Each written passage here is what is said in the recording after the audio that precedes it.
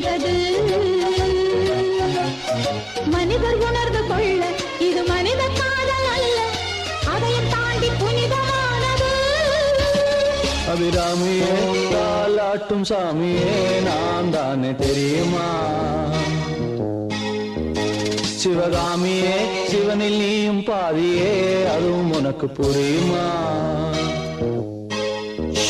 சுபலாலி லாலி லாலி லாலி